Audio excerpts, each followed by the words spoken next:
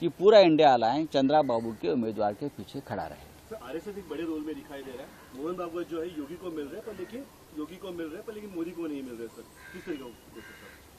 देखिए, आरएसएस को एक रोल देश में लोकतंत्र बचाने के लिए और संविधान रक्षा के लिए निभाना पड़ेगा। 10 साल तक जो नुकसान देश का किया है उसमें आरएसएस भी जिम्मेदार है। मोदी और शाह जी ने जो नुकसान किया है देश का, देश के लोकतंत्र का, देश की जनता का, राष्ट्रीय सुरक्षा का, कश्मीर का, मणिपुर का, उसमें आरएसएस भी बराबर की जिम्मेदार है। आरएसएस के समर्थन से ये सरकार बनी। अगर अब ये चूक दुरुस्त करना चाहते हैं, गलती दुरुस्त करना चाहते हैं तो अच्छी बात है। देखिए, ये लड़ाई जो है लोकसभा स्पीकर की लड़ाई बहुत महत्वपूर्ण लड़ाई है। अब 2019 और 2014 वाली स्थिति संसद में नहीं है।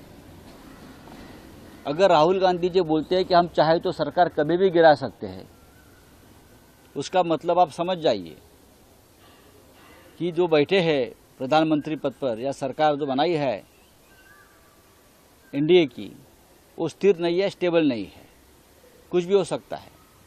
अगर हमने सुना है कि चंद्रबाबू नायडू जी ने लोकसभा का स्पीकर पद मांगा है, जो उनसे डील हुआ है। ये ठीक बात है चंद्रबाबू जी की। अगर लोकसभा स्पीकर पद पर एनडीए का कोई व्यक्ति नहीं बैठा तो सबसे पहले नरेंद्र मोदी और अमित शाह तेलुगु देशम पार्टी को तोड़ देंगे, और ये काम शुरू कर दिया है। जनता दल यूनाइटेड नीतीश कुमार की पार्टी तोड़ देंगे, चिराग पासवान की पार्टी तोड़ देंगे, जयंत चौधरी की पार्टी तोड़ देंगे। उनका काम ये है, जिसका नमक खाते हैं उनको ही ख़त्म करते हैं, जिनके साथ खाने में बैठते हैं उधर ही छेद करते हैं। ऐसे लोग हैं बीजेपी के, हमारा अनुभव है। तो ये अगर चंद्रबाबू नायडू जी ने लोकसभा स्पीकर पद मांगा है और उनको अगर मिलता है तो हम उनका स्वागत करेंगे ज़रूर। लेकिन स्थिति बदल गई है। अगर हम चाहें तो हमारा बहुमत हम लोकसभा में दिखा सकते हैं। अगर चंद्रबाबू को ये पद नहीं मिला और चंद्रबाबू अपना उम्मीदवार खड़ा करते हैं तो हम पूरे इंडिया अलायंस में बातचीत करेंगे सब मिलकर, और हम ये कोशिश करेंगे कि पूरा इंडिया अलायंस चंद्रबाबू के उम्मीदवार के पीछे खड़ा रहे। सर आरएसएस एक बड़े रोल में दिखाई दे रहा है। मोहन भागवत जो है योगी को मिल रहे हैं पर लेकिन मोदी को नहीं मिल रहे। सर किस तरीके का? देखिए, आरएसएस को एक रोल देश में लोकतंत्र बचाने के लिए और संविधान रक्षा के लिए निभाना पड़ेगा। 10 साल तक जो नुकसान देश का किया है उसमें आरएसएस भी जिम्मेदार है।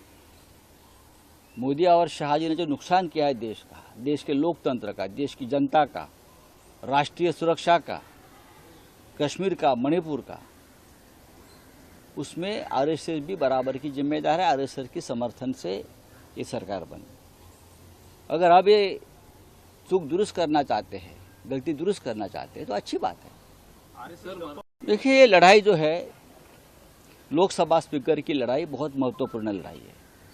अब 2019 और 2014 वाली स्थिति संसद में नहीं है।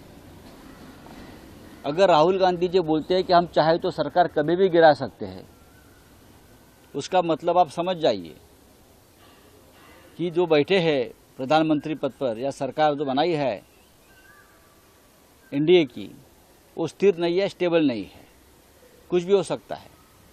अगर हमने सुना है कि चंद्रबाबू नायडू जी ने लोकसभा का स्पीकर पद मांगा है, जो उनसे डील हुआ है।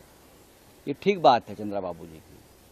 अगर लोकसभा स्पीकर पद पर एनडीए का कोई व्यक्ति नहीं बैठा तो सबसे पहले नरेंद्र मोदी और अमित शाह तेलुगु देशम पार्टी को तोड़ देंगे, और ये काम शुरू कर दिया है।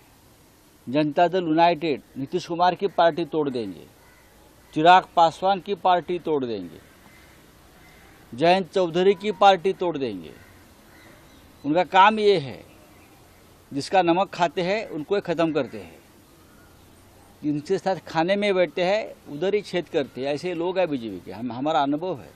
तो ये अगर चंद्रबाबू नायडू जी ने लोकसभा स्पीकर पद मांगा है और उनको अगर मिलता है तो हम उनका स्वागत करेंगे ज़रूर। लेकिन स्थिति बदल गई है। अगर हम चाहें तो हमारा बहुमत हम लोकसभा में दिखा सकते हैं। अगर चंद्रबाबू को ये पद नहीं